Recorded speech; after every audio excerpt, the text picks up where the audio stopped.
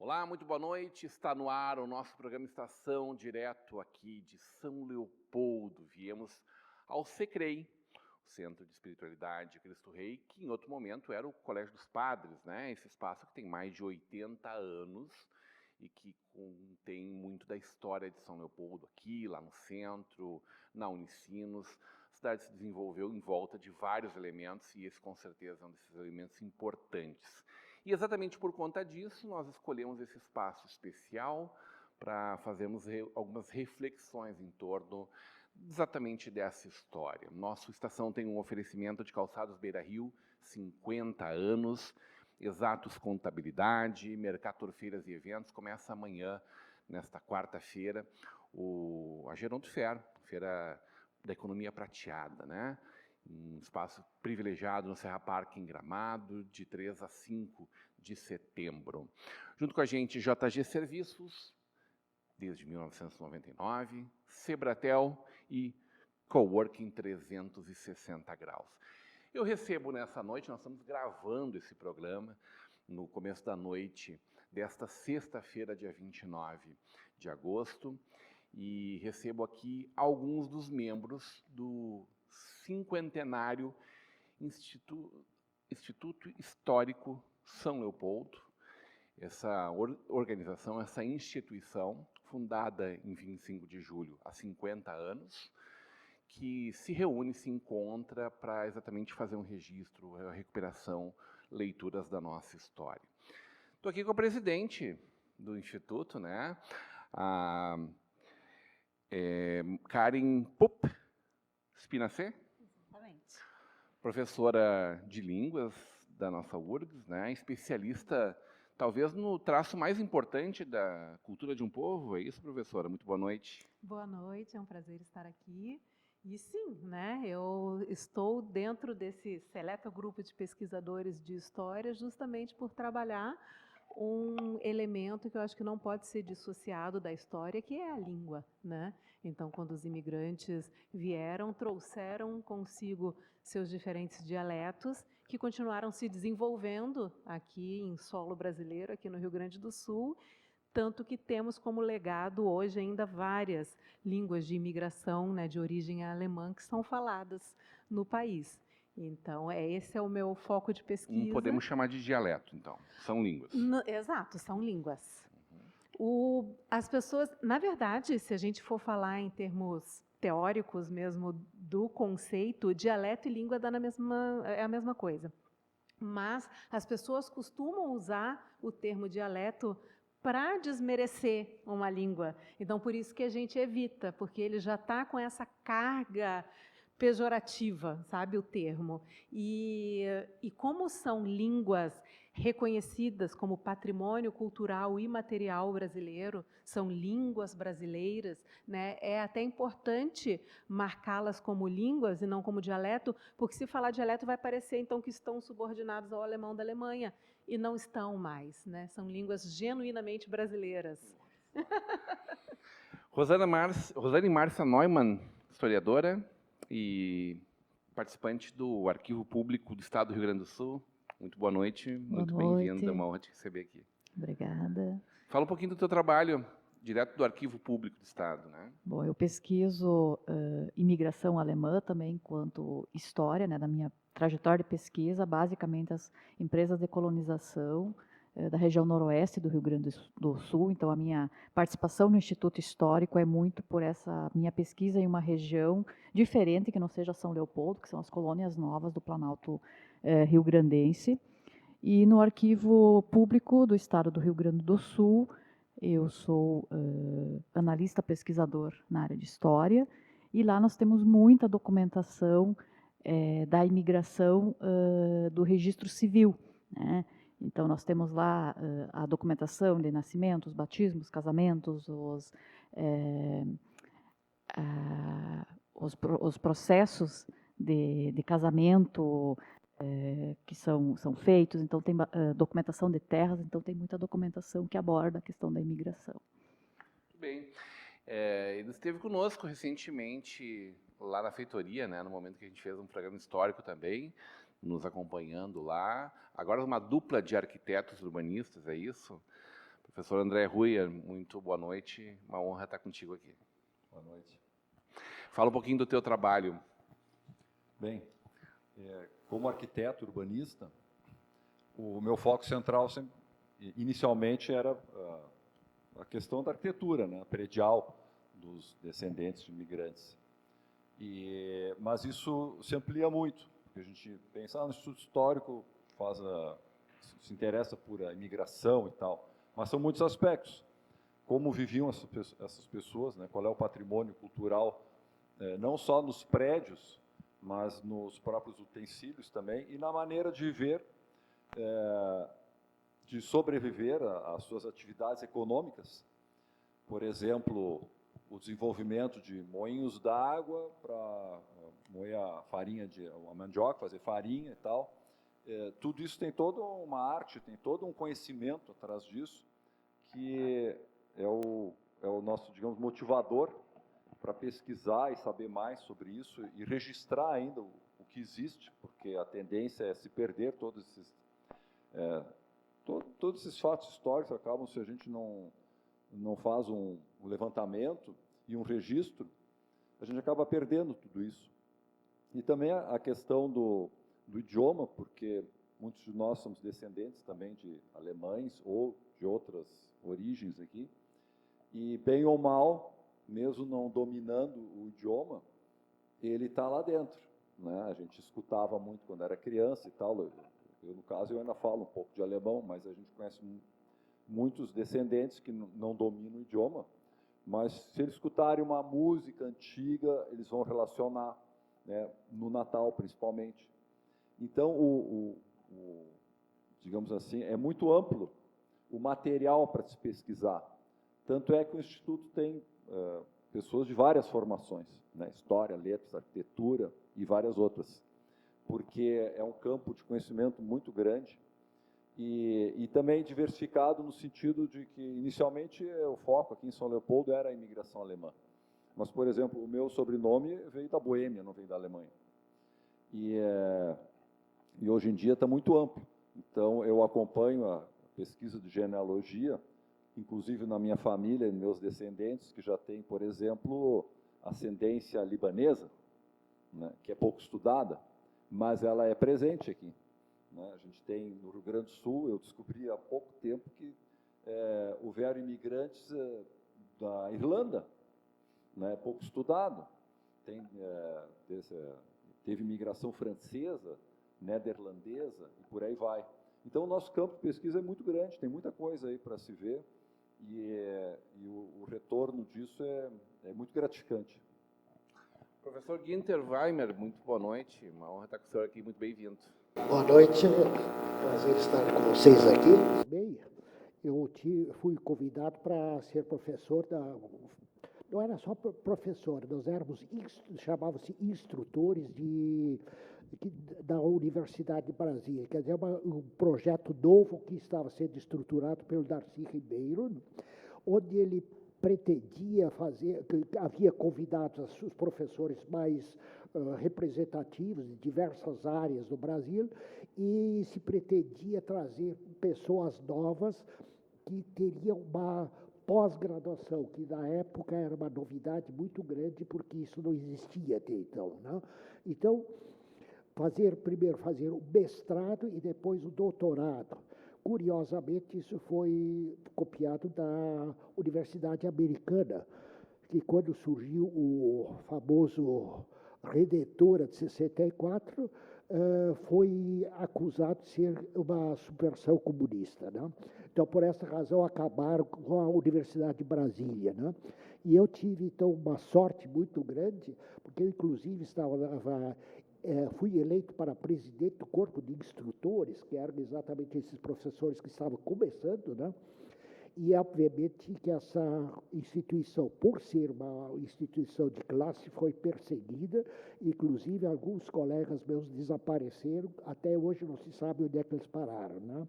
E foi realmente uma sorte muito grande ter recebido essa bolsa da Alemanha, que acabou não manchando a minha reputação, né, dentro do DOPS na época, né. Depois eu voltei 2 anos depois, então saí de Brasília, desapareci lá do Planalto Central e comecei a trabalhar aqui no Rio Grande do Sul, que foi realmente um espaço bastante grande em que as autoridades constituídas não souberam, não perceberam essa minha transformação, né? E por essa razão, então, logo fui convidado para ser professor, porque, afinal de contas, ter uma pós-graduação na Alemanha, isso também era uma novidade muito grande, né? Depois, quando eu fui fazer o mestrado e o doutorado, foi outra coisa absolutamente inovadora, não? Porque não tinha professores com mestrado. O que é isso, né? Inclusive, se diziam, o que esse alemão está querendo com essas coisas aí, né? Então, foi realmente um trabalho assim, bastante interessante, essa minha participação no início da vida acadêmica lá dentro da Faculdade de Arquitetura, né? E, bom, como pesquisador, isso também não havia... quer dizer, das ciências humanas, essa questão da pós-graduação já havia progredido bastante, mas como a arquitetura é uma profissão eminentemente prática, eminentemente funcional, essas questões da pós-graduação não haviam chegado, né? Então, por essa razão, foi uma das razões também pela qual eu me envolvi com a história, né? Porque eu podia fazer uma pós-graduação em História da Arquitetura. Então, veja bem que há uma ambivalência aqui que me propiciou o trabalho da pesquisa histórica, né?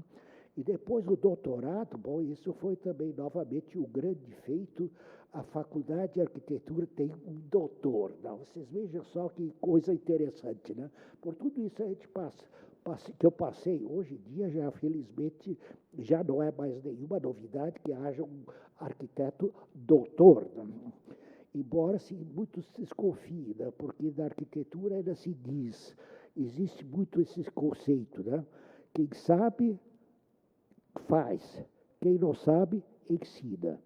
Bom, esse foi um dos desafios que eu tive que enfrentar, né? Mas, de qualquer maneira, como eu disse, do fim ao cabo, eu consegui chegar até hoje e acho que também contribuí bastante. As suas pesquisas da arquitetura popular e não só erudita, como era na época? Bom, na época, claro, que na arquitetura, do conceito tradicional, sempre foi que a arquitetura se faz das obras exponenciais da sociedade, né?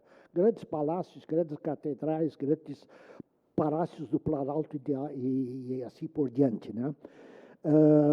Imaginar que a arquitetura popular fosse uma coisa também respeitável era uma heresia fundamental disso aí, né? E quando eu comecei a trabalhar nessa história, da questão da história da arquitetura, eu tive a minha biografia era sociólogos, antropólogos e pessoas das ciências humanas, que, afinal de contas, os antropólogos trabalhavam na cultura material e a obra de arquitetura também era uma cultura material. Então, foi por esse caminho que eu pude achar alguma bibliografia, né? E acho que, tardiamente, mas fundamental nessa questão da valorização da arquitetura popular foi a contribuição da Escola de Frankfurt, né? Esses judeus que estavam sendo ameaçados pela direita que afinal de contas tomou conta depois do país, né, eles começaram a colocar em dúvidas todas essas questões autoritárias com que era tratado isso. E eles trabalharam na questão da arte não apenas arte erudita, mas também a arte popular, né? Valorizar a arte popular, e isso foi o sustentáculo pela qual a arquitetura popular também começou a ter alguma valorização, né? Então foi um trabalho realmente bastante difícil, né? Por exemplo, quando eu fiz o meu mestrado, não, eu fiz sobre a arquitetura da imigração alemã, quer dizer, arquitetura de Scheibel, né? Fui aprovado com nota máxima, mas me deram um puxão de orelha. Por que tu fica trabalhando nessa questão, né, desses carpinteiros que têm formação empírica, se tem arquitetos brasileiros, arquitetos alemães que trabalharam aqui, meia dúzia, dizer que tinha. Depois eu fui fazer uma pesquisa, fui olhar os dentro dos arquivos e consegui, para o doutorado, que depois, já que não podia fazer, tinha que fazer da arquitetura erudita, então o meu doutorado foi na arquitetura erudita. E eu descobri 264 arquitetos trabalhando aqui no Rio Grande do Sul, até o desenvolvimento da arquitetura moderna, né? Desses 264, a ampla maioria era de origem alemã, quer dizer, alguns alemão no sentido amplo, né? Desde a Noruega até a Romênia, até a Portugal, né? Então, quer dizer, isso então foi essa descoberta, quer dizer, os arquitetos trabalhavam, não conheciam os arquivos, não sabiam o que era um arquivo. Então, foi na PUC que eles disseram, tem que ir lá no arquivo, mas o que eu fazia com papel velho? É papel velho mesmo, tem que ir trabalhar nisso aí, né?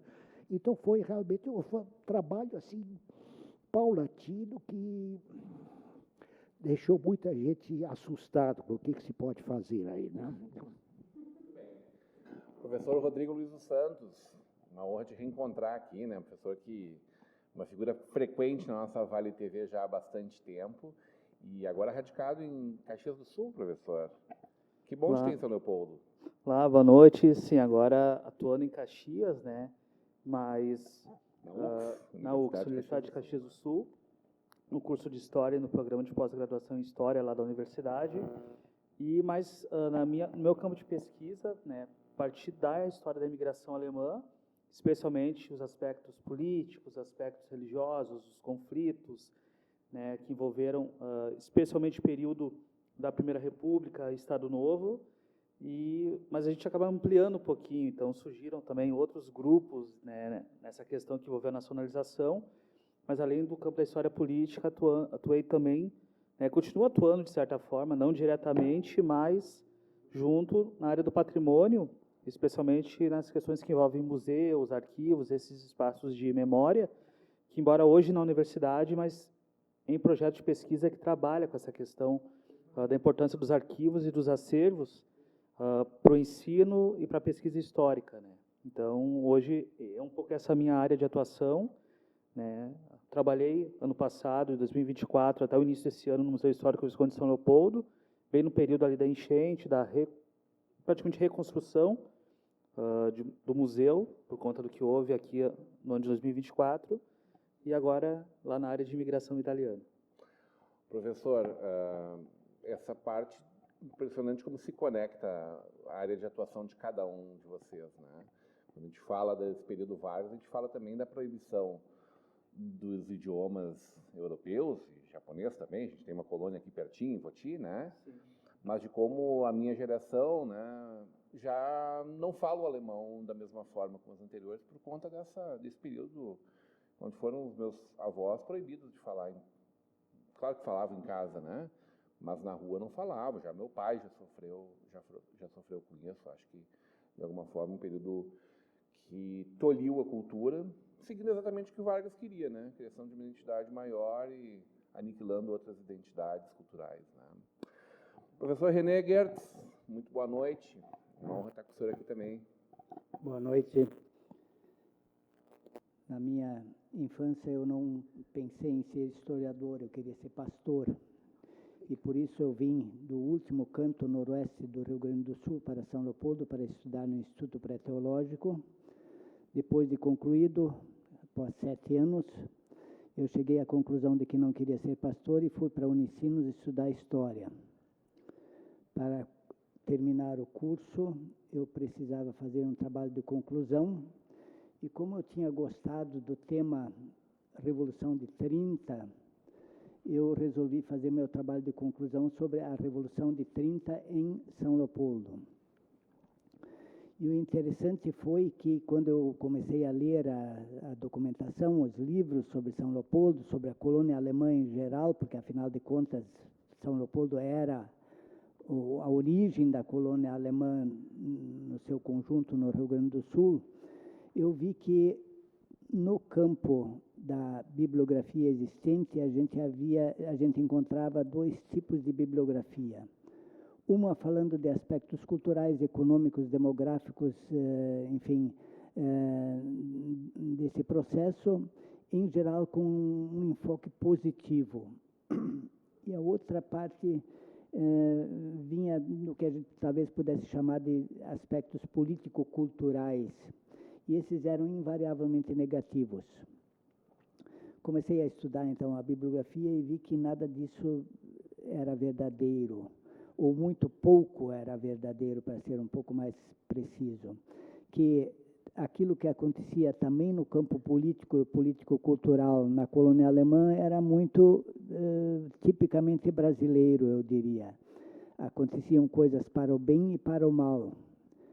Encontrei 2 figuras políticas fundamentais anteriores à Revolução de 30 em São Leopoldo, que foram Guilherme Gueltzer Neto e João Correia Ferreira da Silva, que ambos foram prefeitos, né, antes de 30, e ambos fizeram coisas extraordinárias para o país, desculpe, não só para São Leopoldo, mas até, em algum sentido, para o país, tanto para o bem, para o mal, e que a política na colônia alemã era algo absolutamente normal, como no resto do país também.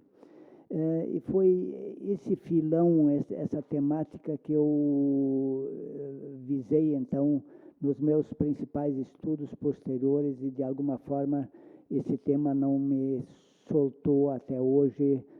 As coisas que eu produzi, que eu penso terem alguma importância, são no campo da história política da colonização alemã. Tem uma contribuição muito importante, não para São Leopoldo, mas para toda a região, né? Canela é considerado, tem um livro, Memórias do Jorge Aranha, que diz que quem fez Canela foi o João Correia. Quem o trem até lá, inclusive com aquela famosa manobra na subida, ida e volta para conseguir subir o morro, foi João Correia.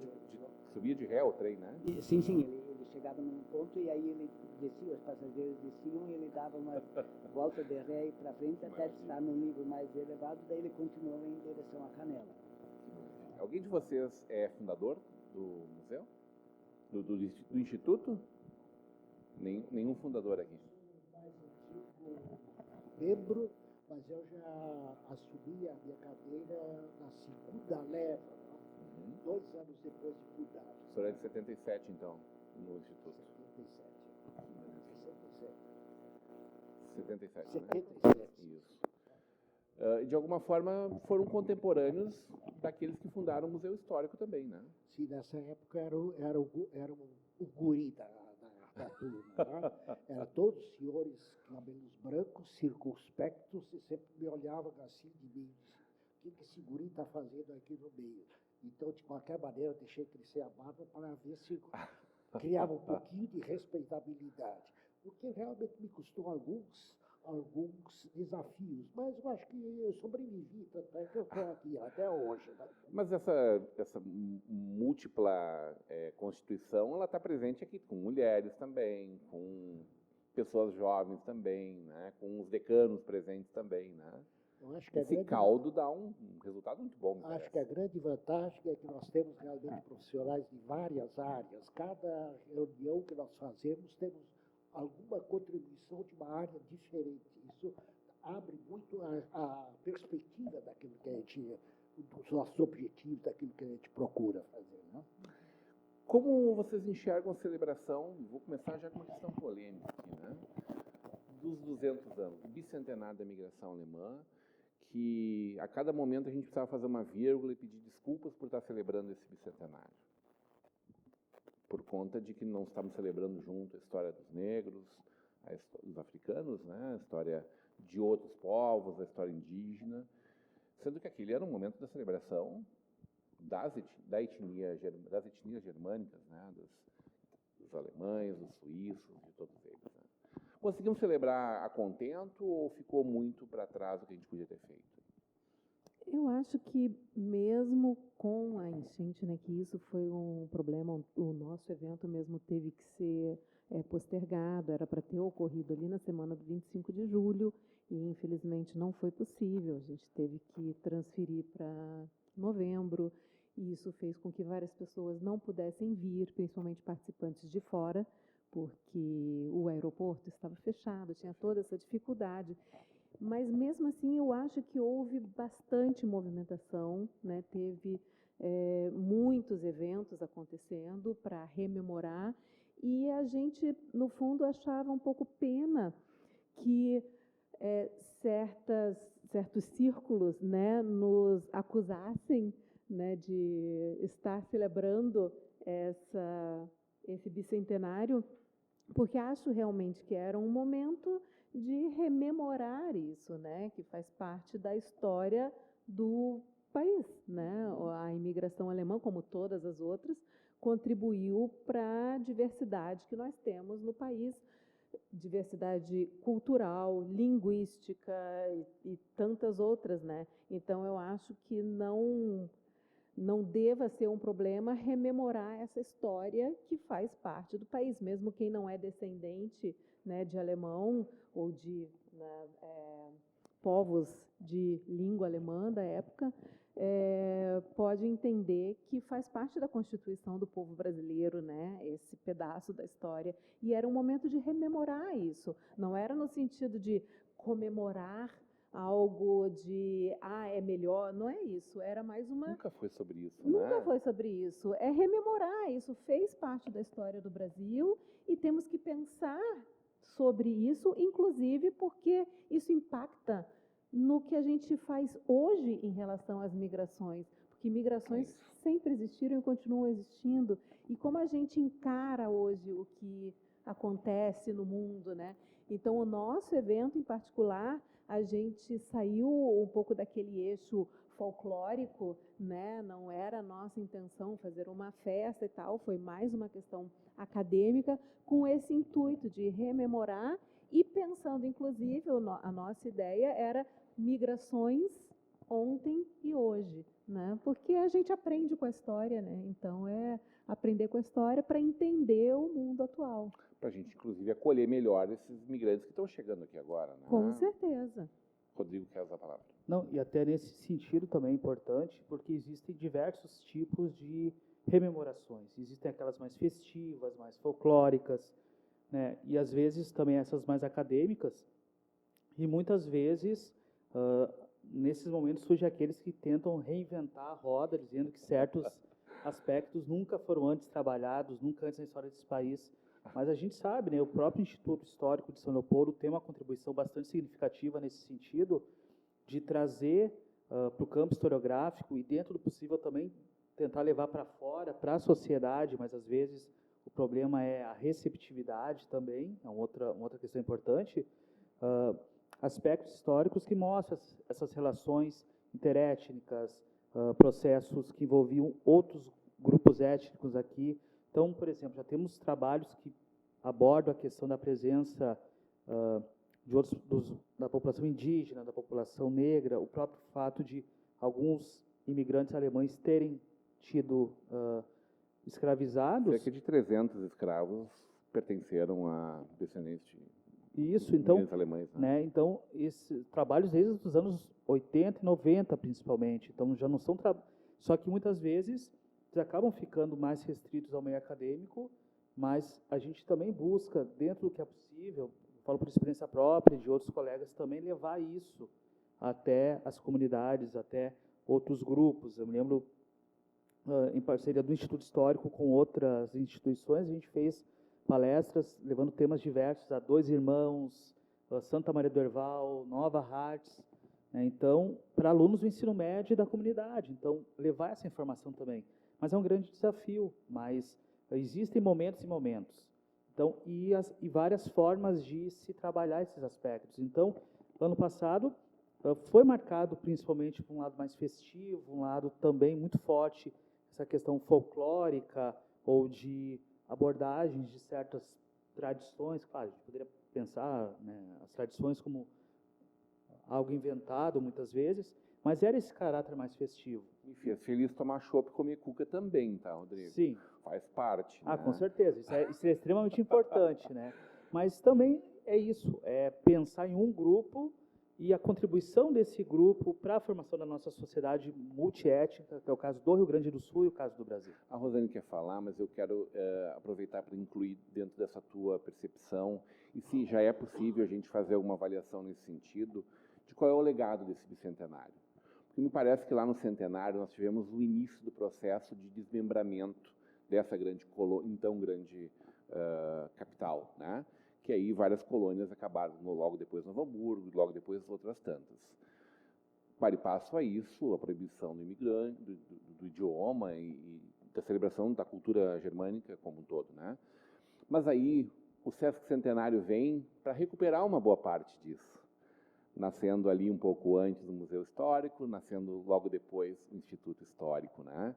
Recuperando o idioma também, ó, a possibilidade da gente ter orgulho de celebrar a ancestralidade, cada um independente de qual seja a sua, né?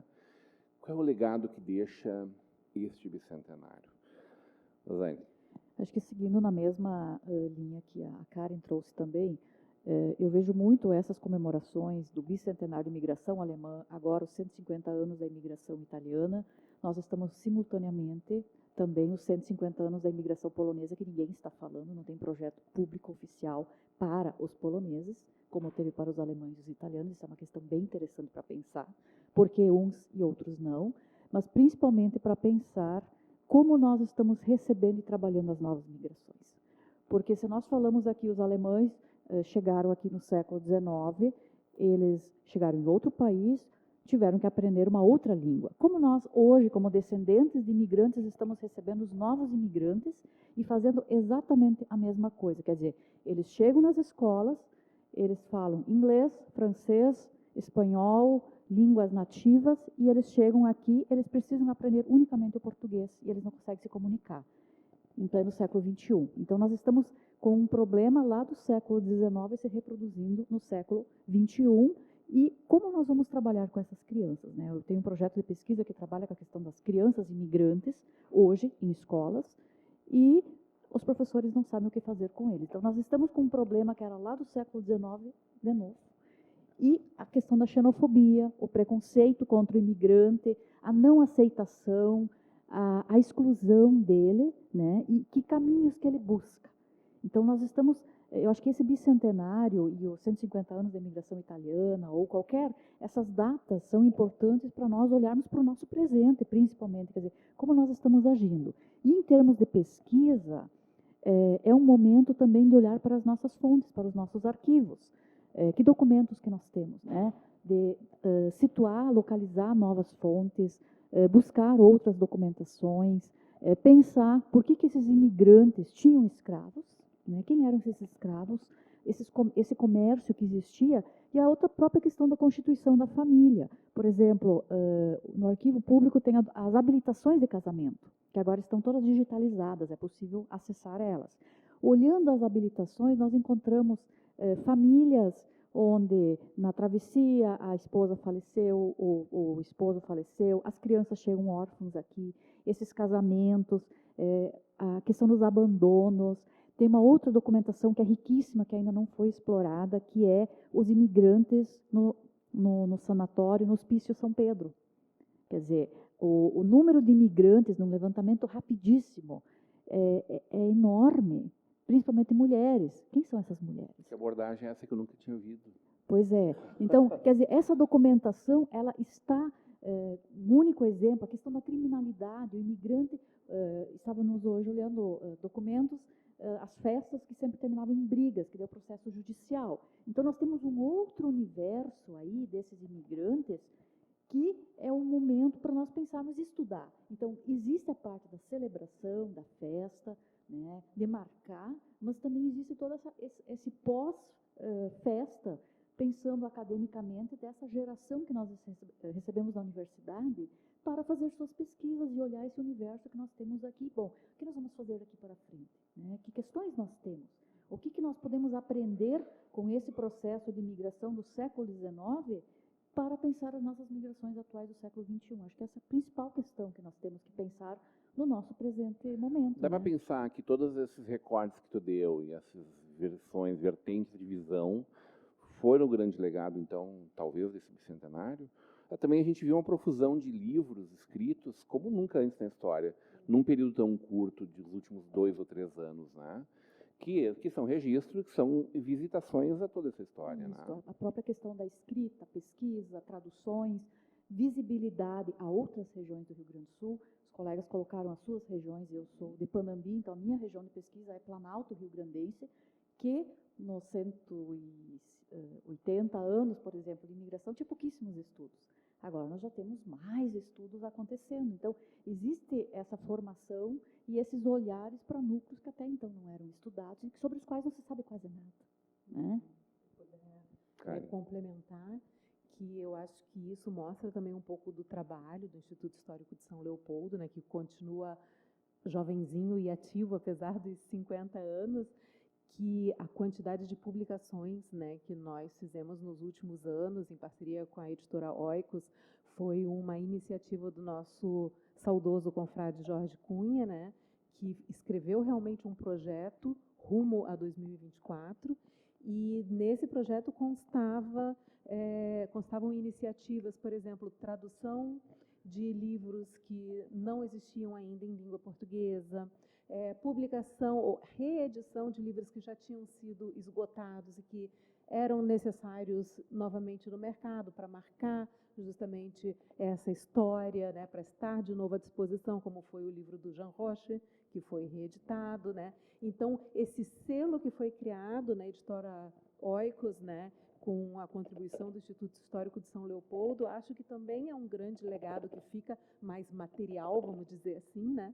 Porque foram realmente lançados muitos livros, tanto novos, quanto reedições, quanto traduções, justamente para trazer essa história, ou aspectos dessa história que já estavam ficando esquecidos ou abandonados. E se perdendo, né? Alguns deles, como bem destacou justamente. O André. Né? Então, isso foi trazido de volta e está de novo à disposição aí, né? Para quem quiser ler. Então, isso também acho bastante interessante. Maravilha. Precisamos fazer um breve intervalo. Em seguidinha a gente volta aprofundando um pouco mais o trabalho desse guri, esse cinquentenário Instituto Histórico de São Leopoldo.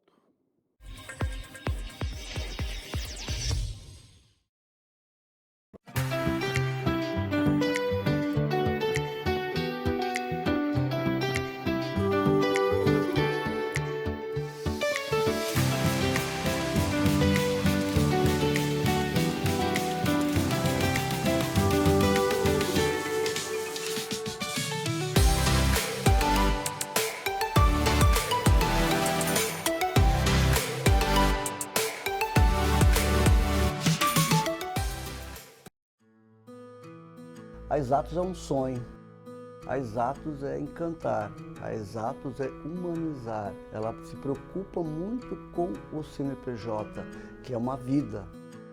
Porque o nosso grande objetivo, sim, era dar continuidade no sonho dos empresários. É o que nós fizemos com muito carinho pelo nosso cliente. Então nós temos isso dentro dos nossos princípios, né, que é se colocar no lugar do cliente. A Exatos hoje tem um conjunto de 90 profissionais. O nosso dia a dia ele é criado num embasamento que a gente traz lá de casa, se sentir bem. Então, mesmo que tudo esteja ainda tecnológico, online, ainda exatos é o grande diferencial para trabalhar com a gente. Por quê? Porque a gente senta, conversa, a gente planeja junto. Então, a exatos tem essa aproximação, uma coisa que a gente não abre a mão, olho no olho, ainda faz muita diferença.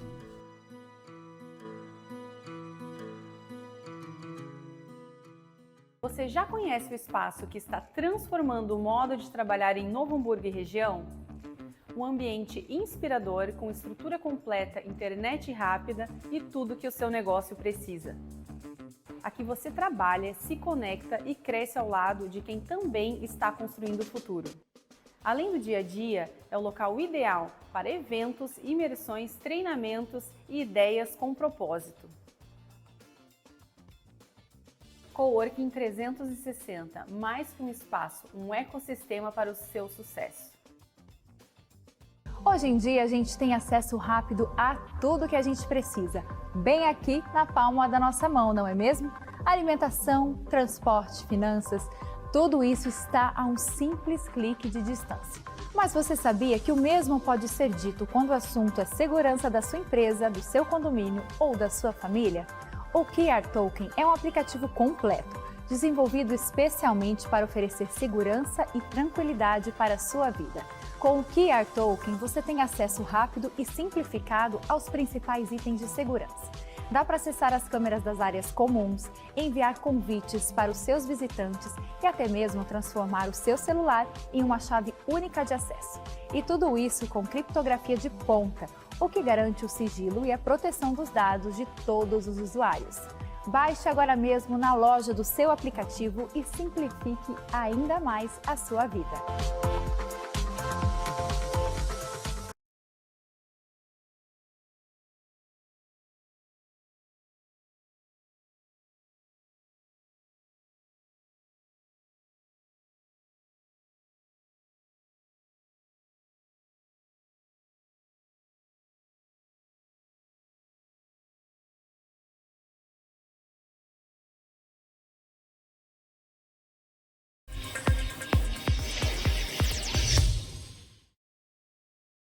Estamos de volta, é o programa que não termina quando acaba, muito menos quando vai para o intervalo. E hoje o intervalo foi especial, um cafezinho maravilhoso que a equipe do Secrei preparou para nós aqui.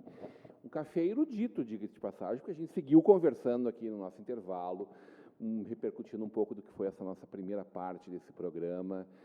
E o Rui estava recuperando uma história muito bacana hoje, lembrar ela, né? Porque com certeza naquele momento foi de muita apreensão, né? O Rui é arquiteto e é parente de um grande arquiteto aqui da nossa região, né? Um querido amigo nosso também, pai do meu amigo Dudu, né? Do Eduardo. O Luiz Carlos Ruyer é teu tio. E naquele momento, empresta um pouquinho o microfone para ele, por favor. Fica muito claro, né, Rui, a forma como o teu pai, que nasceu antes da nacionalização, isso, e o Luiz Carlos têm nomes diferentes, né? É. O meu pai nasceu em 1932 e o nome dele é Heinz. E o meu tio, que nasceu 12 anos depois, em 1944, é Luiz Carlos. Escancara muito essa ruptura que nós tivemos cultural daquele 12 anos, um lapso de tempo onde se viveu tudo isso realmente, né? A gente teria muita coisa, evidentemente, para seguir falando sobre o que nós estamos conversando no primeiro bloco. Meu desafio aqui é, além da gente falar bastante sobre esse processo de imigração, é falar muito desse processo de nascimento, de constituição do nosso Instituto Histórico, celebração desses 50 anos, e essa migração que o próprio Instituto teve como um amadurecimento, uma evolução, ou uma involução, talvez alguém possa pensar, com as mudanças que ele foi sofrendo ao longo desses seus 50 anos. Queria pedir muito especialmente que vocês recuperassem um pouco dessa história, daquilo que lembram de mais antigo, pode ser? Conta um pouquinho desses 48 anos que o senhor acompanha. Bom, evidentemente, quando o Instituto começou, era uma reunião de pessoas que não tinha formação histórica, eram muito poucos. Eu acho que só o Termo Müller que tinha feito um curso de história. Eram todas pessoas interessadas, historiadores amadores, se existe, de qualquer maneira, ele tinha uma formação assim, muito específica, muito marcada ainda pelo positivismo, né? Na questão da transcrição de documentos. O que os documentos diziam, isso era verdade e indiscutível. Né? E, na medida que as universidades começaram a se estruturar, Unicinos, enfim, UNBRA, enfim, então começaram a aparecer as pessoas já que tinham a formação histórica. Isso significou uma transformação bastante profunda no Instituto. Né? Antes era muito mais uma história impressionista. Né? A questão é como os alemães eram bons, o que eles tinham feito, enfim, era uma história muito laudatória, digamos assim. Né? E essa história, então, foi sendo minada na medida que as pessoas já tinham formação mais crítica, já tinha mais uma história analítica, e com isto aconteceram algumas defecções, inclusive, né, de algumas pessoas que haviam fundado o Instituto e cujos conhecimentos já não estavam mais encaixando muito bem dentro daquilo que a gente, que essas novas gerações traziam. Né? Então houve realmente uma transformação bastante profunda. Você lembra quanto tempo depois mais ou menos, aconteceu essa discussão toda? Essa foi acontecendo ao longo do tempo. Né? Algumas vezes a questão chegou a estar. Eu tive a impressão que o Instituto ia naufragar, né? Porque, por exemplo, dos fatos da época, assim, muito, ao mesmo tempo, doloroso e mesmo interessante, é o problema da Leopoldina, né? Dos Mucker. Né? Eu me lembro, por exemplo, do professor, do coronel Domingues, que foi durante algum tempo encarregado da documentação lá do arquivo histórico, e ele pegou toda a documentação desse processo contra os Mucker, né? E ele transcreveu aquilo de uma forma típica do positivismo que constava nesses documentos. Né? E com isso ele feriu a suscetibilidade tanto da igreja evangélica como da igreja católica. Né? Então, por um lado, os pastores estavam querendo defender a igreja luterana, que não tinha nada a ver com isso, e, por outro lado, os jesuítas também estavam querendo tirar o seu compromisso disso aqui. Né? E eu sei que essa Leopoldina, a Leopoldina é outra, né? A Jacobina, né, realmente causou um reverter dentro de uma determinada ocasião que me pareceu que correu o perigo do Instituto implodir. A senhora vai ver que essa mulher era terrível. Né? Até hoje ela ainda está... Até hoje ela movimenta paixões, né? Para todos os lados. Ainda há quem condene ela, né? Então, a senhora vejam bem que essa questão, né, de fazer uma história científica, né, foi realmente uma conquista que foi sendo agranjada assim, ao longo do tempo. Isso foi, eu acho que, a transformação maior. Você precisava do historiador. Daí um arquivologista, talvez, alguém que simplesmente trouxesse o que estava exposto pelo poder público, né? Era, inclusive, uma forma de sobreviver. Isso aí, bom, a história está começando a ferver muito, então vamos falar com um advogado, um jornalista que vai trabalhar sobre os médicos do Rio Grande do Sul, que vai falar sobre os dialetos do Rio Grande do Sul. Então, para amenizar novamente a situação que, às vezes, engrossou mesmo. Né? Professor René. Eu gostaria de destacar que existem assim, duas fases que coincidem mais ou menos com a virada do século, ou seja, a metade do Instituto. O Instituto foi crescendo e, sobretudo, na sua produção para fora, que são os famosos simpósios. O senhor se soma ao Instituto em que momento? 89. Eu Perfeito. sou, hoje em dia, depois do Günther, eu sou o segundo mais antigo do Instituto. Eu tomei posse no dia 25 de julho de 1989. Perfeito. Então, eu acho que esses dias eu calculei 37 anos, uma coisa assim, que eu estou no Instituto. Mas o que aconteceu? O Instituto, os simpósios realmente foram importantes, e os simpósios, mesmo sendo muitas vezes historiadores mais tradicionais, eles trouxeram documentação e trabalhos novos. Por exemplo, antes se falou dessa história que tem aí dos preconceitos contra negros e indígenas, por exemplo. Se não me engano muito, no segundo simpósio foi apresentado um trabalho bem feito da professora Ítala Becker, da Unicinos, sobre os indígenas e os alemães. Então, dizer que os indígenas foram totalmente esquecidos é, no mínimo, uma verdade não total. Quero ser muito cuidadoso na expressão. E o que aconteceu? Aconteceu uma certa importância para os alunos da Unicinos, que é a grande universidade aqui local, da sede do Instituto. E no ano 2002, pela primeira vez, se fez os simpósios em colaboração com o Instituto.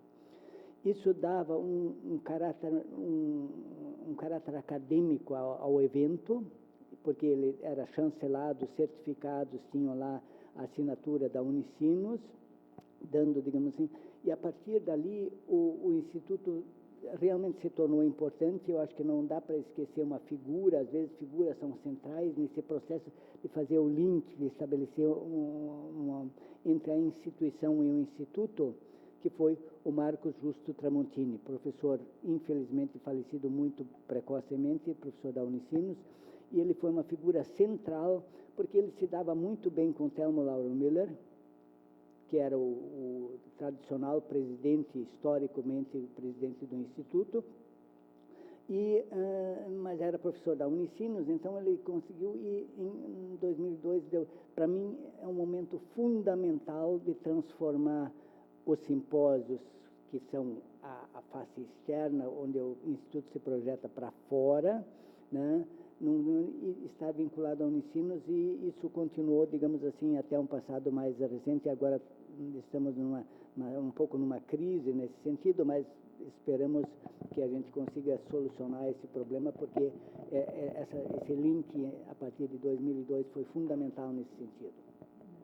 Eu acho isso importante de ser pontuado, porque os simpósios realmente divulgaram, né, mais o nome do Instituto Histórico de São Leopoldo, né, que é sempre o organizador desses simpósios. Então, acho isso bastante importante, sim, de ser pontuado. E uma outra questão também que eu gostaria de pontuar é que, mesmo com toda essa intervenção acadêmica, vamos dizer, né, que ali nos anos 80 passaram a ter mais membros que eram professores universitários, realmente historiadores e tal, o Instituto Histórico nunca quis ser um grupo só, né, de professores e historiadores formados e tal. Tanto que ainda hoje temos e fazemos questão de ter alguns pesquisadores apaixonados, né? Esses que pesquisam por o hobby, mas amor, que levam isso muito a sério. Os amadores no sentido de que estão ali por amor. E que levam isso a sério, né? Uhum. Não são levianos com suas pesquisas, né? Perfeito. Nós temos membros assim e fazemos questão de ter, para não nos tornarmos apenas um grupo de acadêmicos. Quando né? tu chega ao Instituto? Em 2006, já tem 19 anos. Rosane? 2014, eu acho. Por aí. Eu sou das últimas levas. André? Não, eu entrei com o Rodrigo e com o Erni. Faz uns 10 anos. 2017. Vai fazer. O Erni Müger, né? Muito bem, muito bem. O que vocês imaginam que vai acontecer daqui para frente, hein, com o Instituto? Porque a gente claramente tem dois momentos muito especiais, talvez possa ficar com essa leitura histórica que tu fazes, né, de que são 3 momentos marcantes, assim, 3 da fundação, dessa mudança de posicionamento e, pontualmente, o Instituto, junto com a universidade, produzindo estudo, né, produzindo sabedoria, inteligência. Como está chegando essa gurizada, né? Gurizada que lá atrás, né? Lá atrás foi o senhor, por exemplo, era o jovem no grupo, né? Pedindo passagem, tem gente chegando, tem gente interessada, está se renovando isso, considerando que, inclusive, o nosso curso de História já foi muito mais forte no Unicinos, aliás, já foi incentivado o Brasil afora de uma outra forma, né? A gente está num momento de revés aí, né? Difícil de recuperar. Um momento, inclusive, em algum momento que a própria academia é questionada como algo que, puxa, por que dedicar 4, 5, 6 anos, ou, como vocês fazem, me dedicar a estudar para o resto da vida, né? Quem vem pela frente? Quem é capaz de prever o futuro aqui, hein? Pois é, eu não tenho bola de cristal, mas eu acho, né, que a partir ali dos anos 2000 começa a ter uma renovação, né, muito importante assim no Instituto, em termos de começar a entrar pessoas mais jovens, né, não ser mais os historiadores antigos, né, inclusive recém-doutores ou só mestres, não ter essa coisa de tem que ter um currículo, né, para entrar. E acho que isso vem dar um pouco de movimento nesse sentido, né, de dar um gás novo, de trazer, inclusive, novas perspectivas, né. O Rodrigo, a gente se conheceu, ele como bolsista ainda lá de graduação, ajudando nos simpósios, né, e hoje... Graduação. Doutor Rodrigo, né? E hoje o doutor Rodrigo, né, ocupante de uma cadeira do Instituto Histórico de São Leopoldo. Como agora nós temos o nosso colega Augusto Blumer também, professor, que está fazendo seu doutorado lá na PUC, jovem, né, que a gente já passa a questão assim, a parte de tecnologia fica para ti, né? Já... Então, eu acho que está havendo uma boa renovação, não só até na questão da idade, mas, por exemplo, você pega um Instituto Histórico de 25 anos atrás, a quantidade de mulheres era extremamente... Um mundo era outro, né? Exato, né? E hoje em dia nós temos metade, praticamente, né, do Instituto de ocupantes mulheres. Então, acho que tudo isso, e as áreas, né? Então, acho que o Instituto vem se diversificando e se renovando. Então, assim, eu vejo como uma perspectiva positiva, né? Não sei o que os colegas dizem. Eu acho o seguinte, quando se fala de futuro, eu sempre me lembro daquele provérbio que diz assim, futuro a Deus pertence, né? Eu acho que um instituto vivo como é o Instituto Histórico de São Leopoldo, ele simplesmente ele vai andando, né? Está fluindo. Fluindo perfeitamente. Eu acho que não existe outro instituto histórico no Rio Grande do Sul, tem várias cidades que têm o seu, que seja tão ativo como o do São Leopoldo, né? Por exemplo, eu faço parte também do Instituto Histórico e Geográfico do Rio Grande do Sul.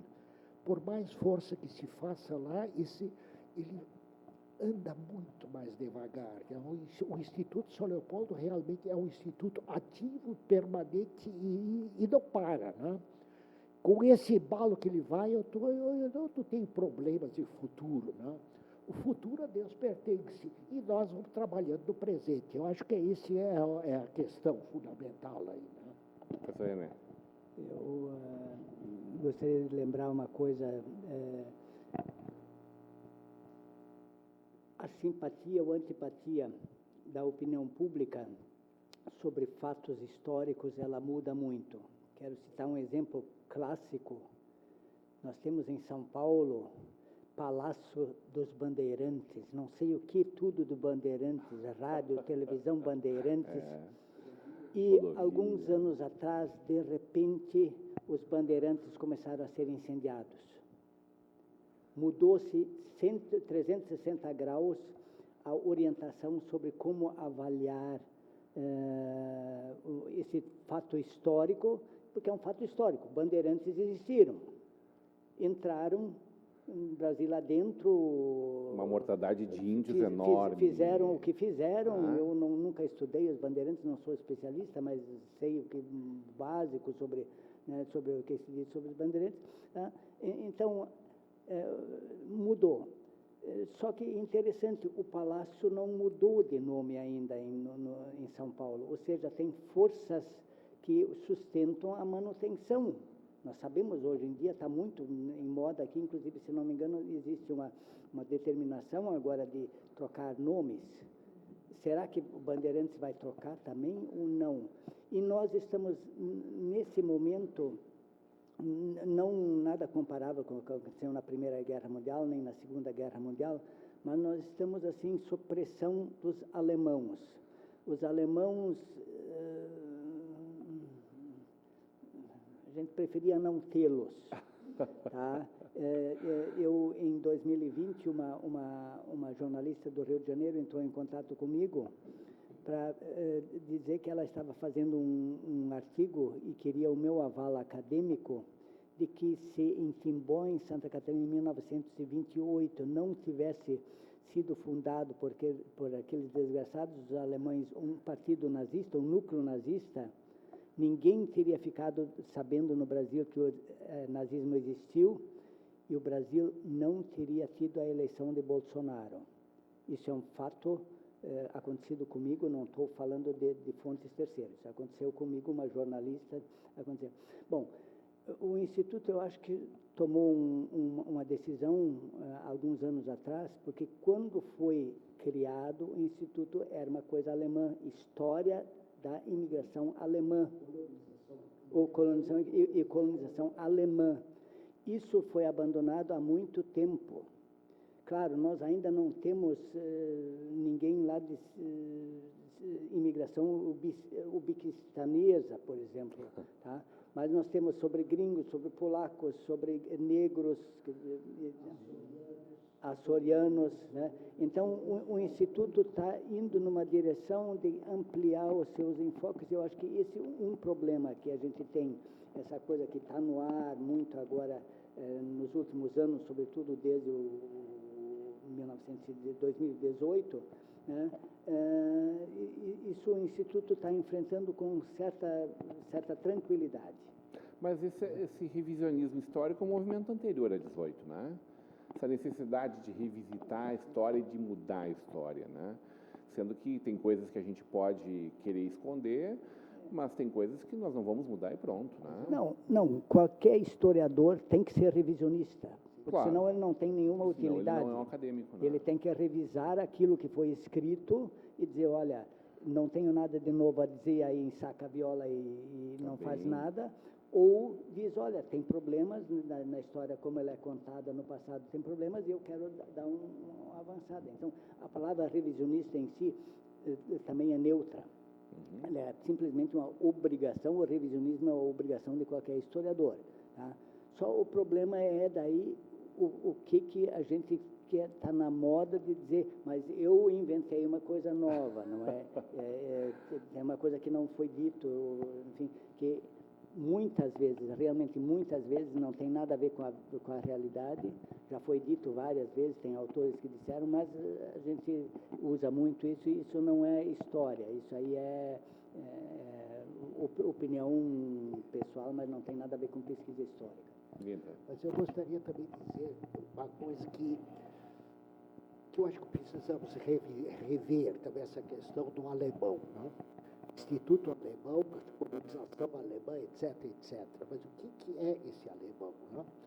A Alemanha é um país de formação recente. Em 1872 é que se formou. Antes disso, eram vários pequenos reinos que distribuíram. Né? De qualquer maneira, nós ainda estamos ligando muito ao alemão, Alemanha. Mas temos que ter muito cuidado nisso aí, porque, veja, Alemanha, já não considerando essa variedade de pequenos reinos que há de Alemanha, onde se fala alemão? Na Suíça, na Áustria, na Polônia, tinha muita gente polonesa que veio para cá, da Tchequia, República Tcheca, como que eram alguns boêmios, René não me deixa mentir, que veio da Ucrânia. A Ucrânia está muito em moda agora. Pessoas que vieram da Rússia. Na Ucrânia, alemães só judeus ou alemães? Não, alemães, sim. Não necessariamente judeus. Minha família nunca se considerou judeu, É. apesar de que minhas filhas dizem basta olhar para o nosso nariz para saber de onde é que a gente vem. Mas os meus 4 avós eram cidadãos ucranianos. Mas e além disso, tem mais outras coisas aí que... Luxemburgueses, né? Alsácia, na França.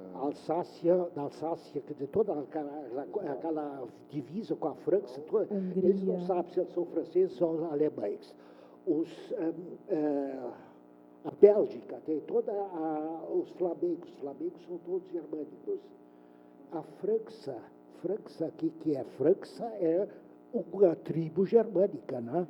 Então, o francês, sempre dito que era uma língua latina, na realidade tem uma forte influência germânica. E tem outra coisa que eu também, que foi uma luta de batalha, uma batalha minha também. Ninguém cita hoje que durante 300 anos os germânicos dominaram a Península Ibérica. 300 anos, isso é 2/3 da história do Brasil. Quer dizer, eu acho que não ficou nada. Olha, ficou muita coisa. Quer dizer, em termos, se a gente vai comparar, que eu comecei a comparar, fazendo concorrência com a nossa presidente, aí comecei a trabalhar palavras germânicas no português. Olha, daqui a pouco vou publicar um dicionário aqui, né? Isso não se toca nesse assunto. Quer dizer que esse termo de alemão é uma coisa muito mais ampla do que... Fui fazer uma viagem para Romênia. Temos ali a cidade, uma região chamada 7 cidades. Siebenburg. As pessoas lá, quando cheguei lá, encontrei uma igreja luterana gótica. Gótico da Romênia, né? Entrei lá e falei para a senhora, vocês falam o romeno, né? Não, nós falamos alemão. Como vocês são alemães? Mas, claro, nós não somos romenos de coisa nenhuma, né? Não, de jeito nenhum, nós somos alemães, né? Isso é a realidade atual lá. E os não me deixam mentir, que são imigrantes alemães que vieram da Romênia. Veja que é um mundo muito mais amplo do que nós imaginamos hoje. Todos vocês estudam genealogia? Do Instituto você não foge disso aqui. Se você não quer, eles empurram a geologia goela abaixo. E é muito bom que isso aconteça.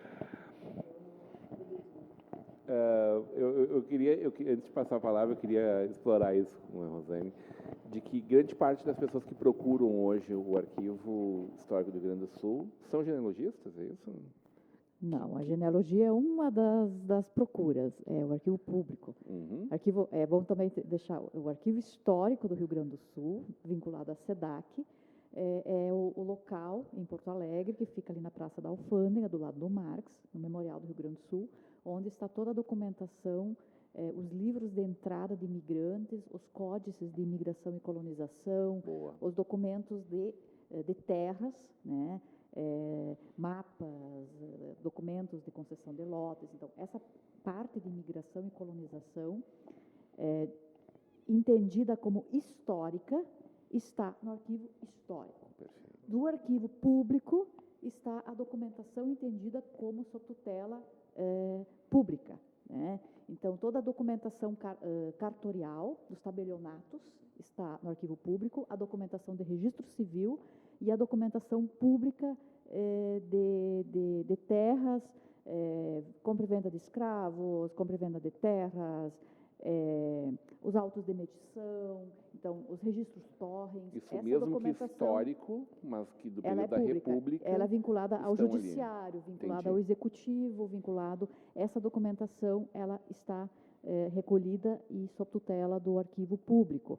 Então, quem precisa de algum registro de nascimento, falecimento, casamento, até a década de 70, mais ou menos, está recolhido no arquivo público. As habilitações de casamento recolhidas pelo Estado, porque nem todos os cartórios recolheram, não mandaram. Então, os que que foram enviados estão digitalizados hoje, disponíveis, e a documentação que não está digitalizada, ela é disponível gratuitamente para qualquer cidadão, né? Então, essa documentação toda consta ali. Então, ali é um lugar, quem faz pesquisa de família, dupla cidadania, precisa de uma segunda via para provar que a família tinha terras em tal lugar ou residia em tal lugar, essa documentação está no arquivo público e ela pode ser consultada. Então, essa documentação é muito procurada por genealogistas, sim, né, mas principalmente dupla cidadania, documentação. Muitas pessoas têm conflitos, por exemplo, estou fazendo o inventário da minha família, mas existe lá um bem que não foi desmembrado. Então, essa documentação está no arquivo público quando não está no cartório da cidade. Então, essa documentação está ali. Mas existem N outros documentos do século XVIII, final do século XVIII, XIX, XX, XXI, que estão no arquivo público, né, e que os acadêmicos buscam, pesquisadores os mais diferentes. Esse né? acesso é direto?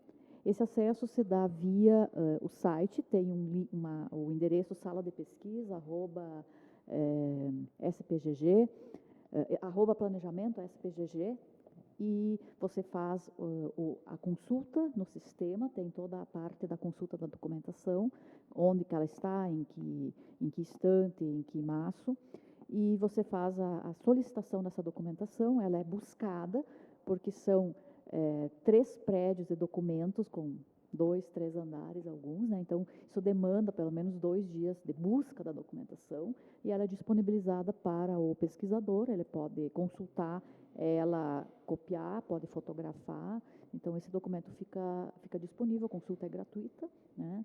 E então é feito esse atendimento com o historiador acompanhando a pesquisa, se precisa mais informações, tem outros documentos também, livros publicados, nós temos os guias também, eu não achei no sistema, pode vir pessoalmente e pesquisar nos guias impressos também. Então, existe muita documentação e muita documentação nova chegando.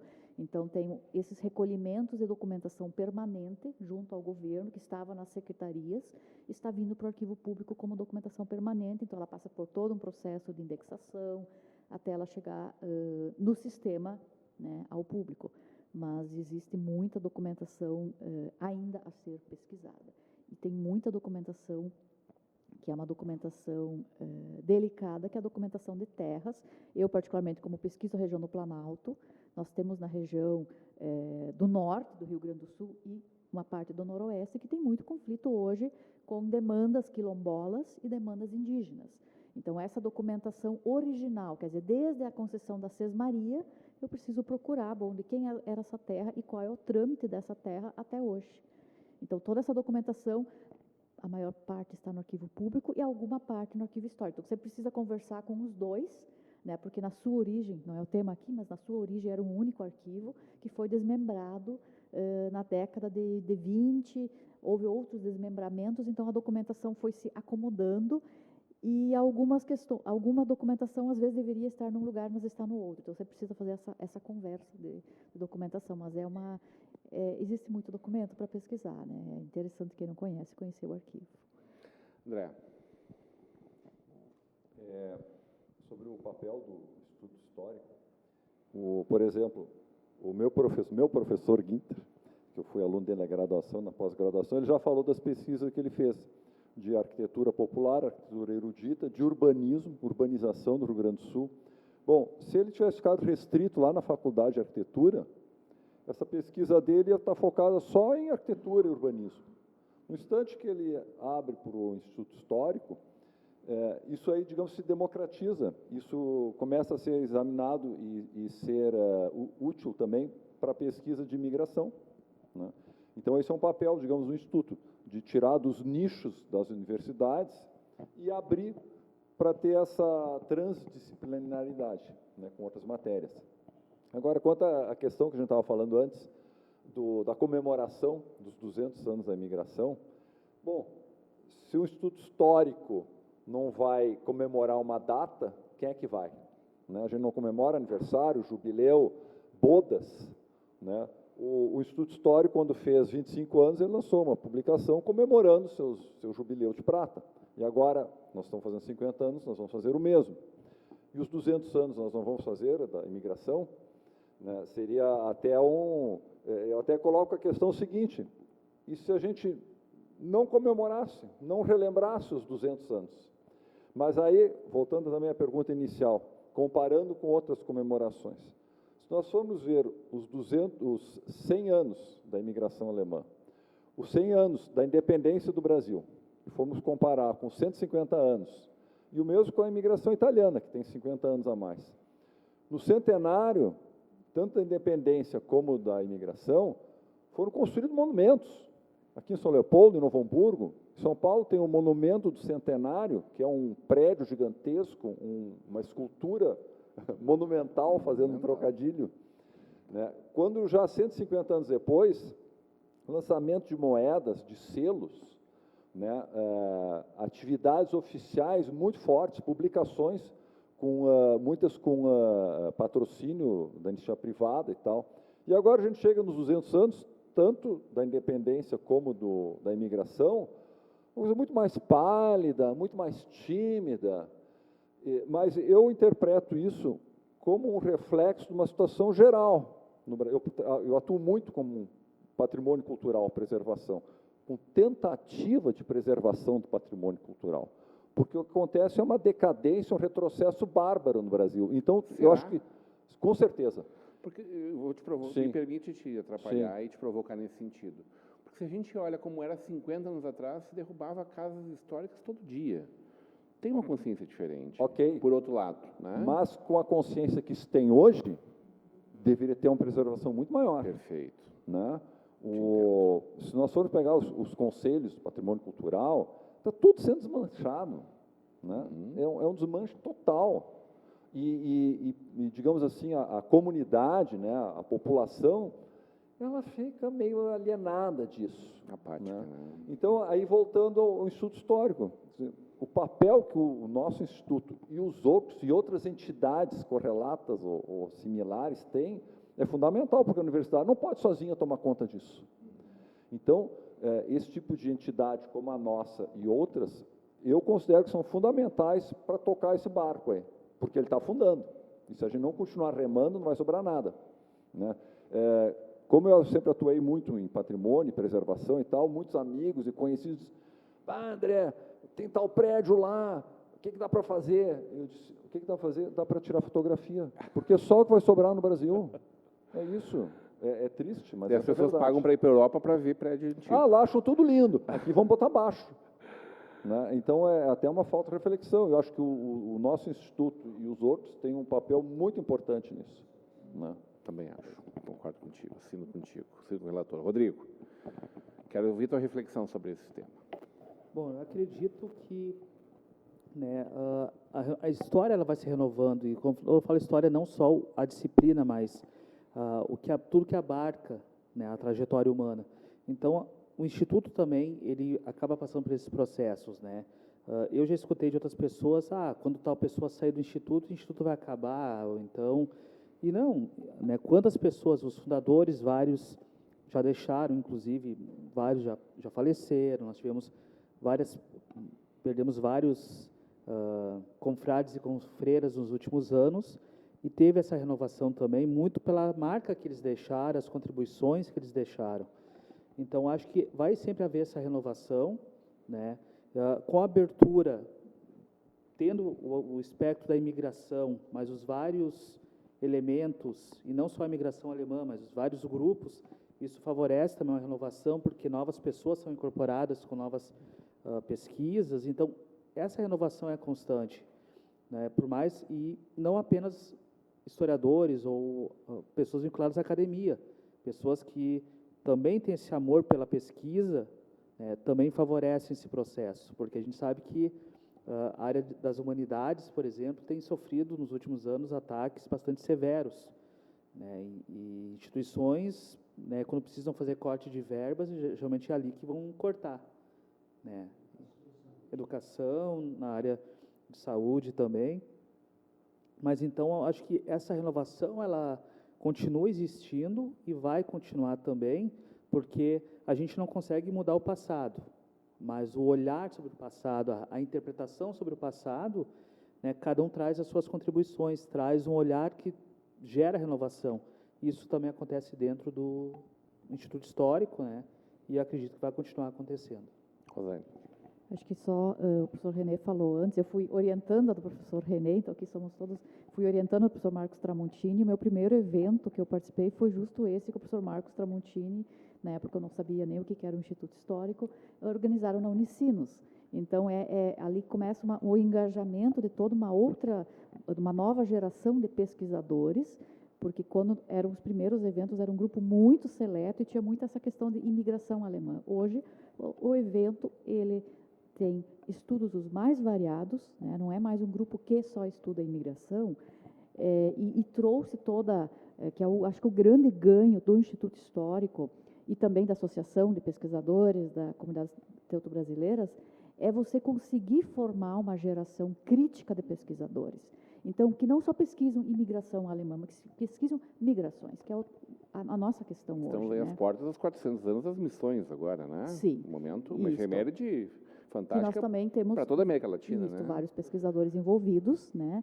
Então, assim, eu acho que é essa, e a questão da própria renovação, e um outro ponto que eu sempre, antes de fazer parte do Instituto, ouvia, que o Instituto é aquele local que tanto pesquisadores acadêmicos e não acadêmicos se reúnem para discutir temáticas que muitas vezes na própria universidade não tem espaço.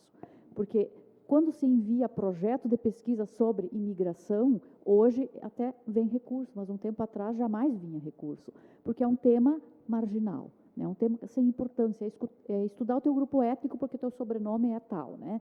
Então, é um local também que nós nos reunimos todo último sábado do mês, tiramos a nossa manhã para sentar e discutir temas que nós pesquisamos, e realmente são discussões, né, onde cada um pode falar, né, a partir da sua pesquisa e discutir temáticas as mais diferentes e, a partir disso, construindo os nossos estudos. Então, amanhã vai ter uma comunicação, que essas comunicações não são textos fechados que vão para a publicação, são textos que estão sendo escritos, amadurecidos, e muitas vezes é ali que nós apresentamos a primeira versão da nossa pesquisa, para um grupo, expondo ela, que é uma sistemática na universidade, não existe, para os pares, e bom, o que vocês, né, pensam, o que nós podemos avançar, para onde nós podemos avançar, como nós podemos trabalhar a partir disso aqui.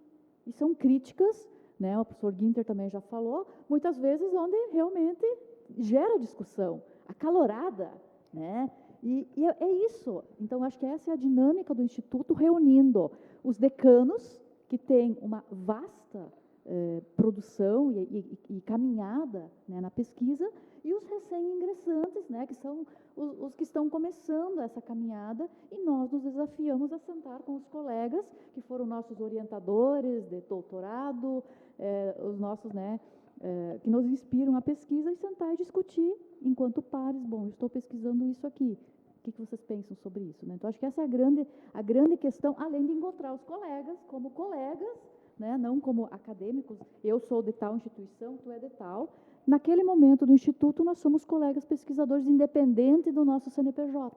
Então, acho que essas são grandes questões que, para quem olha de fora, muitas vezes não tem essa percepção, né? Então, lá nós estamos discutindo enquanto pesquisadores independentes da minha instituição, que paga o meu salário no final do mês. Existem encontros públicos ao longo do ano, algum momento que o pessoal possa se aproximar, acompanhar, viver um pouquinho disso que a Rosane está falando? Nas reuniões, não, a gente até recebe convidados e tal, mas não temos nem espaço assim, para poder ter um público, mas a gente procura colocar no site as comunicações, as discussões, né, que a gente tem, as temáticas abordadas, a gente procura botar no site, e os simpósios, né, que são que a gente tem realizado agora de 3 em 3 anos, são, né, esse momento de colocar para fora, para o público, tudo que a gente veio pesquisando ao longo desse período, e ouvir também, né, o que o público traz para nós de contrapartida. Maravilha. Estamos chegando no final do momento de hoje. Eu sabia desde o primeiro momento que nós não íamos conseguir aprofundar nada, mas fica aqui registrado nossos parabéns ao trabalho de cada um de vocês, a cada um de vocês que carregam há 8 anos ou há 48 anos do Instituto no seu coração, nesse cinquentenário do Instituto Histórico de São Leopoldo. Quero pedir que cada um de vocês possa fazer uma contribuição final, pode ser? Professor René Gertz, muito obrigado por estar com a gente aqui. E eu, com certeza, também desde já deixo o convite para que a gente esteja junto mais momentos e que a gente possa pegar recortes do trabalho que o senhor faz, por exemplo, em torno do nazismo, né? Da quinta coluna que a gente chama aqui, para que a gente possa pegar recortes do trabalho de cada um de vocês em outro momento e aprofundá-los, compartilhando isso com os nossos telespectadores e internautas. Obrigado pela presença, muito boa noite. Seu ponto final. A gente tem uma questão fundamental na produção intelectual e econômica, em todas elas, que é o entusiasmo. A gente precisa ter entusiasmo, mas, por outro lado, a gente precisa de realismo. E eu sempre dizia para os meus alunos, como professor de História, a História é, na verdade, uma coisa muito chata. Ela vai indo, às vezes, tudo ganha entusiasmo e agora vai... daqui a pouco tu nota que não vai em direção nenhuma e assim por diante. Então, esse é o grande drama de um historiador, entre o entusiasmo, mas, por outro lado, a produção é muitas vezes entusiástica. O grande Max Weber disse uma vez: nós todos, como cientistas sociais, estamos destinados a sermos superados. Se eu olho para o colega Rodrigo aqui, ele escreveu coisas onde as minhas coisinhas que eu escrevi na década de 80 são um nadinha, tá? E ele avançou tremendamente nessa... Não, mas coisas fundamentais, tu descobriste, não é um elogio barato que eu estou fazendo, é verdade. O Rodrigo avançou em alguns temas fundamentais, aportou, e isso eu acho que o espírito do Instituto tem, de continuar tocando gente nova, alguns mais entusiastas e mais produtivos, outros menos, mas esse eu acho que é o grande futuro que eu vejo, mesmo que não um futuro que esteja logo ali e ao qual nós possamos chegar de forma brilhante e acelerada, mas numa situação bem realista. Rodrigo Luiz dos Santos, obrigado pela presença, que bom te reencontrar. Leva o nosso vale aqui para a tua Caxias do Sul, lá, teu ponto final. Bom, agradecer pela oportunidade, né, de abrir esse espaço para o Instituto Histórico também falar um pouco para a comunidade. São espaços assim importantes também para que as pessoas conheçam o nosso trabalho, o trabalho que o Instituto faz ao longo desses 50 anos e criar essa proximidade, né, de levar o que a gente discute, o que a gente pesquisa, aquilo que a gente trabalha para um público maior. Então, acho que são 50 anos de história e a gente espera que pelo menos mais 50 anos, né, que haja essa renovação e com certeza vai ocorrer e que ainda muito nas mais diversas áreas a ser pesquisado, a ser levado também em consideração e levado para a comunidade. A nossa contribuição é essa também, unir aquilo que a gente pesquisa do ponto de vista acadêmico, mas levar para a comunidade, que é o foco principal. Muito bem. Professor Günther Weimer, obrigado pela presença. Seu ponto final. Eu acho o seguinte, como eu trabalho em arquitetura, a arquitetura é muito consumista. Sempre surgem ondas de arquitetura que vivem, se evoluem e, de repente, elas deixam de existir, aí surgem novas ondas e novos estilos e novas perspectivas, e isto cria alguns problemas para a profissão, né? Mas tem um problema, uma questão fundamental, é que a história não fica velha. Esse que é o problema, né? Você pode ter qualquer historiador, qualquer romancista, ele tem a sua época, depois ele desaparece, né? O historiador nunca desaparece. Os livros Tem ficam... quem tenha dito que a história morreu, né? Fim da história, história, né? permanece. História, né? Até hoje estamos discutindo que as discussões levantadas pelo Heródoto, né? E ainda é atual. Eu não sei quem é que vai estudar qual é o problema da história da construção das pirâmides do Egito. Elas estão aqui, mas ninguém estuda mais isso. Aí, o Heródoto, a gente ainda estuda. Eu acho que essa é a grande vantagem da história. Isso aí. Muito bem, André Rui, obrigado pela presença, do ponto final. Uma ocasião eu estava pesquisando e tinha um clube que podia ter documentos bem interessantes para a minha pesquisa. Aí eu entrei em contato com o clube e a secretária, nós tínhamos um presente aqui que queimou tudo. Bom, isso é o que a gente mais ouve por aí. Então, primeiro dizer para vocês que não ponham fora as coisas, não queimem, tá? Enderecem para alguém que examine se tem algo que possa aproveitar. Por outro lado, do nosso lado, não adianta a gente pesquisar e eu ficar colecionando fotos antigas, cartões postais antigos, livros antigos, documentos antigos e guardar na minha biblioteca e ficar trancado lá. O que a gente faz no Instituto Histórico é pegar isso, reunir, sistematizar e levar para o simpósio, para livros, publicações, etc. Então, o conhecimento ele não pode ficar trancado e não pode ser queimado. Fica essa dica aí. Muito bem, Rosane Marcia Neumann, obrigado. Obrigada pela oportunidade. Eu acho que o Instituto Histórico, sem saber, né, por muito tempo qual rótulo colocar, ele sempre fez, né, e é um dos objetivos, que é o que nós hoje na academia estamos chamando de história pública, que é você levar a história para fora dos muros da academia e trabalhar com a comunidade. Então, acho que, teoricamente, né, nós estamos fazendo isso há 50 anos, sem esse nome, e é o nosso contato com a sociedade, esse nosso retorno, né, dessa produção, não só acadêmica, mas esse diálogo com a comunidade e esse retorno para a comunidade. Acho que esse é um dos grandes legados que o Instituto está fazendo e vai continuar fazendo futuramente. Obrigada. Muito bem.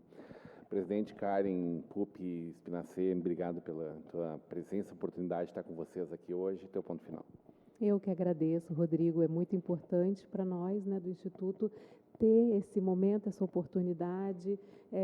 Obrigada por dar visibilidade, né, ao Instituto e a esse marco, né, dos 50 anos, que justamente como a Rosane estava falando, eu acho que o Instituto trabalha muito para fora, para divulgar. Então, é importante justamente que a gente possa, né, estar ficando um pouquinho mais conhecido aí de alguns espectadores que, de repente, não tinham ouvido falar e se interessam, né, por história. Então, procura o nosso site lá, Instituto Histórico de São Leopoldo, e IHSL, né, e podem entrar em contato, né, e seguir as redes sociais. Então, assim, eu acho que é isso. História é para ser colocada realmente para fora, para o público, para a sociedade, porque faz parte de todos, né? Muito bem, parabéns, Instituto Histórico de São Leopoldo, parabéns a cada um. São quantos membros hoje? 30? 30. 30 membros redondinho. A todos esses 30, mas a todas as dezenas, centenas, talvez? Tem dezenas de pessoas que participaram ao longo desses 50 anos. É uma alegria poder estar aqui testemunhando esse momento e compartilhando com os nossos telespectadores internautas. Reiterando o nosso agradecimento muito especial a essa casa que nos acolhe, né? Um desses espaços históricos da cidade de São Leopoldo. Aliás, para mim, o cantinho mais bonito de São Leopoldo, por tudo que esse espaço maravilhoso aqui, esse parque maravilhoso, e o carinho das pessoas que estão aqui dentro, que nos acolhem sempre. Um grande abraço ao Felipe Leifheit, ao padre João Renato Ait, e a todos e todas que fazem um SECREI, esse espaço tão especial na nossa querida São Leopoldo. Um convite muito especial para ti. Continue com a programação da nossa Vale TV. Eu volto amanhã, a partir das 20 horas com vocês. Até lá.